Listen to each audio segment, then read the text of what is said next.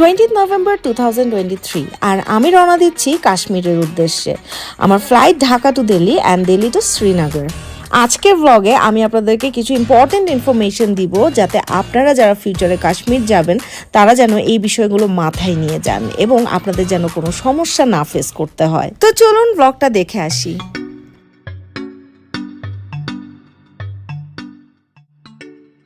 আসসালামু আলাইকুম এভরিওয়ান, আশা করি সবাই ভালো আছেন। বলে রাখি এই মুহূর্তে আমি আছি হযরত শাহজালাল আন্তর্জাতিক বিমানবন্দরে। আমাদের চেক ইন করা, আমাদের বোর্ডিং পাস কালেক্ট করা সব কিছুই হয়ে গেছে। এখন জাস্ট আমাদের গেট নাম্বার 7 সেটার কাছে যেয়ে আমরা ওয়েট করব আমাদের প্লেন কখন আসবে। আর আমরা আমার টিকেটে দেওয়া ছিল যে আমাদের ফ্লাইট হচ্ছে ঢাকা টু দিল্লি 10টা 15। এখন বোর্ডিং পাসে দেওয়া যে আমাদের ঢাকা টু দিল্লি ফ্লাইট হচ্ছে 10টা 45-এ। আমি জানি না প্লেন আসলে কয়টায় ছাড়বে, কিন্তু এতটুকু বুঝতে পারছি যে অলরেডি ফ্লাইটটা ডিলে করছে। ওয়েদারের কারণে আমাদের ভিস্তারা এয়ারলাইন্সের ফ্লাইট 1 ঘন্টা ডিলে করে। ফাইনালি এখন আমি আমার প্লেনের সিটে বসছি অ্যান্ড উইন্ডোর পাশের সিটটা পাইছি, সো অনেক বেশি খুশি লাগতেছে। ঢাকা থেকে দিল্লি ইন্দিরা গান্ধী এয়ারপোর্টে পৌঁছাতে আমাদের সময় লেগেছে 2 ঘন্টা 50 মিনিট। আমি এখানে আপনাদেরকে একটা ইম্পর্টেন্ট কথা বলি, সেটা হচ্ছে যখনই আপনারা প্লেনের টিকিট কাটবেন আপনারা মেক শিওর করবেন যে আপনারা একই এয়ারলাইন্সের টিকিট কাটছেন, কারণ অনেক সময় দেখা যায় ওয়েদারের কারণে এই ফ্লাইটগুলো ডিলে করে। সাপোজ আপনার একটা ফ্লাইট ডিলে করলো, যদি একই এয়ারলাইন্সের আপনি টিকিট কেটে থাকেন তাহলে পরবর্তী ফ্লাইটটা যদি আপনাদের ডিলে হয়ে যায় তাহলে সেই ক্ষেত্রে এয়ারলাইন্সই আপনাদেরকে পরের টিকিটটা কেটে দিবে। কিন্তু যদি আলাদা এয়ারলাইন্সের আপনারা টিকিট কেটে থাকেন তাহলে দেখা যাবে আপনাদের একটা ফ্লাইট ডিলে হলে পরের ফ্লাইটটা মিস করলে আপনাদের নিজেদের টাকা দিয়ে আবার নতুন করে টিকিট কাটতে হবে। আমরা ইমিগ্রেশন ফেস করে এখন আমাদের ব্যাগেজগুলো কালেক্ট করতে যাচ্ছি। এখানে 1 সেকেন্ড আসলে টাইম ওয়েস্ট করা যাবে না। সো আমরা এখন টার্মিনাল 2 এর দিকে যাচ্ছি। 6 নম্বর গেট দিয়ে বের হয়ে আমরা লেফটের দিকে চলে যাব। হাঁটতে হাঁটতে টায়ার্ড হয়ে যাইতেছি। কাশ্মীরে যাওয়ার সময় আপনাদের যদি দিল্লিতে ট্রানজিট পড়ে তাহলে প্লিজ মেক শিওর যে আপনাদের ট্রানজিটের সময়টা কমপক্ষে 2 থেকে 3 ঘন্টা, কারণ আপনি যদি 1-1.5 ঘন্টা ট্রানজিট দিল্লিতে নিয়ে কাশ্মীরে যান তাহলে সেই ক্ষেত্রে কাশ্মীরে যাওয়ার ফ্লাইটটা আপনার মিস হওয়ার অনেক বেশি চান্স থাকে। এত ক্রাউড এখানে, সব কাশ্মীর যাইতেছে।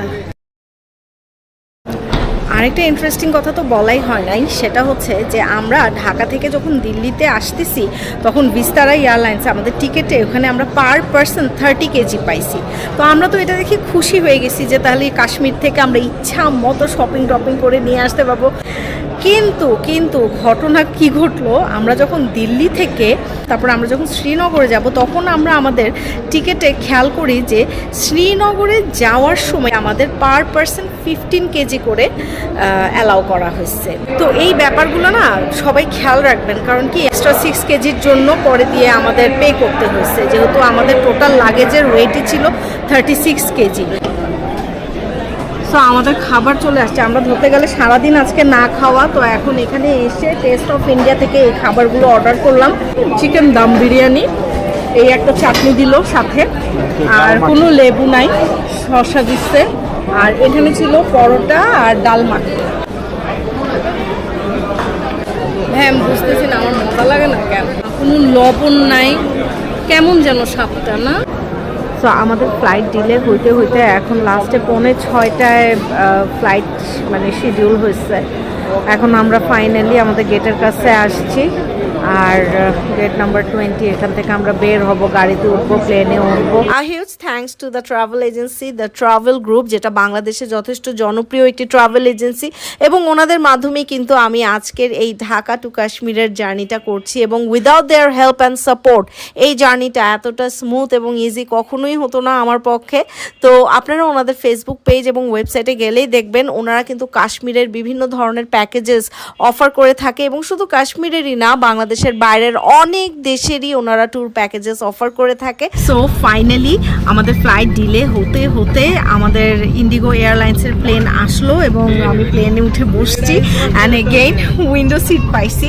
আর হ্যাঁ, এখান থেকে দিল্লি এয়ারপোর্ট থেকে শ্রীনগর পৌঁছাতে আমাদের সময় লাগবে 1.5 ঘন্টার মতো। বাকিটা শ্রীনগরে যেয়ে আপনাদের সাথে শেয়ার করছি। আলহামদুলিল্লাহ আমরা শ্রীনগরে এসে পৌঁছাইছি কাশ্মীরের। এখানে ভালোই ঠান্ডা, 12 ডিগ্রি সেলসিয়াস এখন। তো এখন আমরা আমাদের লাগেজ কালেক্ট করে আল্লাহর নাম নিয়ে আমাদের হোটেলের দিকে রওনা দিব। কিন্তু এখানে ওয়াইফাই নাই এবং আমাদের কাছে সিমও ছিল না, তো এর জন্য একটু বিপদে পড়ে গেছিলাম। বাট এখানের মানুষ অনেক হেল্পফুল।